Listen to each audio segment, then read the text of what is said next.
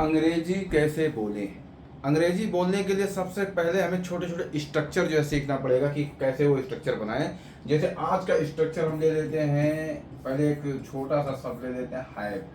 Have means क्या होता है, उसके क्या क्या यूज हैं, ये बहुत इंपॉर्टेंट है।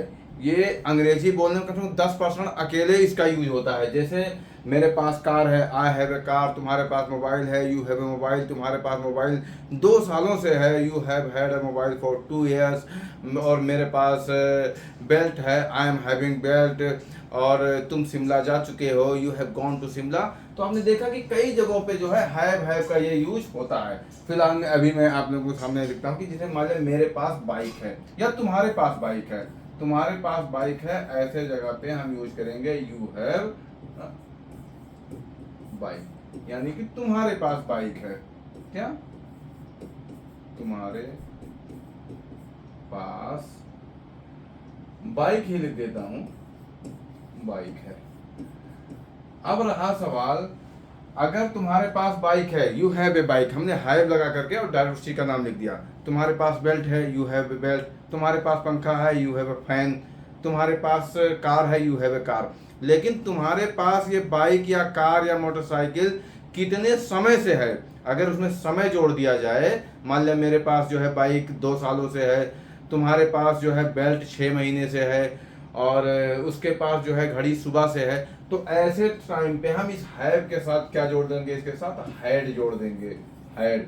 जैसे मान लिया तुम्हारे पास बाइक है, तो यू हैव ए बाइक, और तुम्हारे पास बाइक 2 सालों से है, तो you have had a bike for 2 years। 2 years। तो गाइस देखा आपने किस तरीके से मैंने बता दिया, बहुत आसान तरीके से, कि जब कोई चीज हमारे पास हो तो उसको हैव लगा करके हम बना देंगे, और जब उसमें समय जोड़ दिया जाए तो हैव के साथ हैड लगा करके हम इसको आराम से इस तरीके से सेंटेंस में बनाएंगे। तो गाइस आप इस तरीके से जो है इस रूल रेगुलेशन से कम 10-10 सेंटेंस जो है बनाने का प्रयास करें। अब आ जाता है नंबर कि हम अंग्रेजी कैसे बोलें।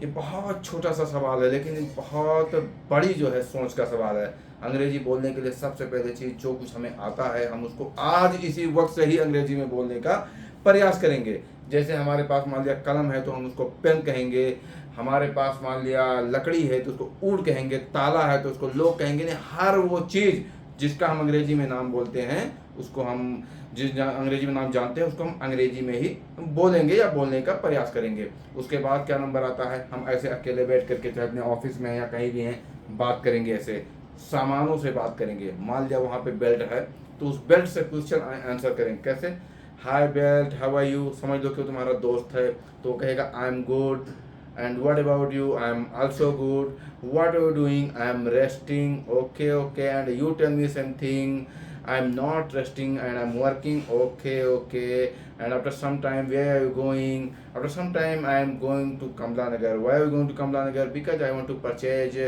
some mobiles, that's why I am going there, okay, and you want to join us, no no no, because I am busy and I am resting, that's why I couldn't go with you, okay no problem, and we will meet next time, thank you, bye, take care. इस तरीके से आप उसे क्या करें, सवाल जवाब करेंगे। पहले हिंदी में सवाल जवाब करेंगे, फिर अंग्रेजी में बोलने का प्रयास करेंगे। उसके बाद क्या नंबर आता है, हम किसी भी चीज के बारे में कम से कम 8 रीजन बोलने का प्रयास करेंगे।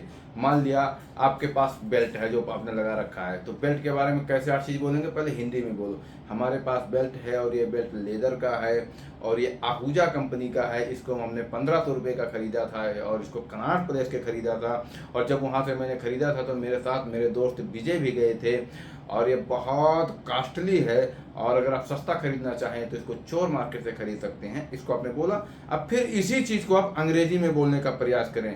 Now guys you can see that it's a belt, and if I talk about the material, it has been made by the leather, and it's a very comfortable, and I purchased it from Kamla Nagar, and if I talk about that time who was with me, my friend Vijay that time with me, and I'm very lucky because that time there was only one belt that shop, and I have purchased it and I'm very happy to get this well. तो आप इस तरीके से आप अंग्रेजी में बोलने का प्रयास करेंगे। गाइस जब आप इस तरीके से प्रयास करेंगे तो आपको दुनिया की कोई ताकत अंग्रेजी बोलने से नहीं रोक सकती। और हाँ, डेली हम एक एक वर्ब याद करेंगे। जैसे मान लिया एक वर्ब है क्या, हैव। जब हमारे पास कोई चीज़ पास होती है, जैसे कोई चीज़ हमारे पास है, तो ऐसी चीज़ हम ऐसे जगह पे हो तो हैव। इसका सेकंड फॉर्म क्या है, हैड। थर्ड फॉर्म क्या है, हैड। चौथा फॉर्म क्या है, हैविंग। और पांचवा फॉर्म क्या है, हैज। तो इसको हम जानेंगे जरूर। इसको V1 बोलते हैं, इसको V2 बोलते हैं, इसको V3 बोलते हैं, इसको V4 बोलते हैं और इसको V5 बोलते हैं। इस तरीके से हम डेली एक एक वर्ब याद करेंगे और अपने अंग्रेजी को सुधार करेंगे। और पूरी दुनिया में आत्मविश्वास के साथ कहीं भी हम घूमने जाएंगे तो वहाँ के लोगों से हम बात कर सकते हैं। और इंडिया में तो ये तो वाह वाह, आप नंबर 1 में समझो। सो गाइस, मिलते हैं नेक्स्ट वीडियो में और ऐसे ही आप लोग SD सर के साथ बने रहें। हम आप लोगों के पास साथ जो है और आप लोगों के पास ऐसे ऐसे बढ़िया बढ़िया वाक्य लाते रहेंगे। धन्यवाद।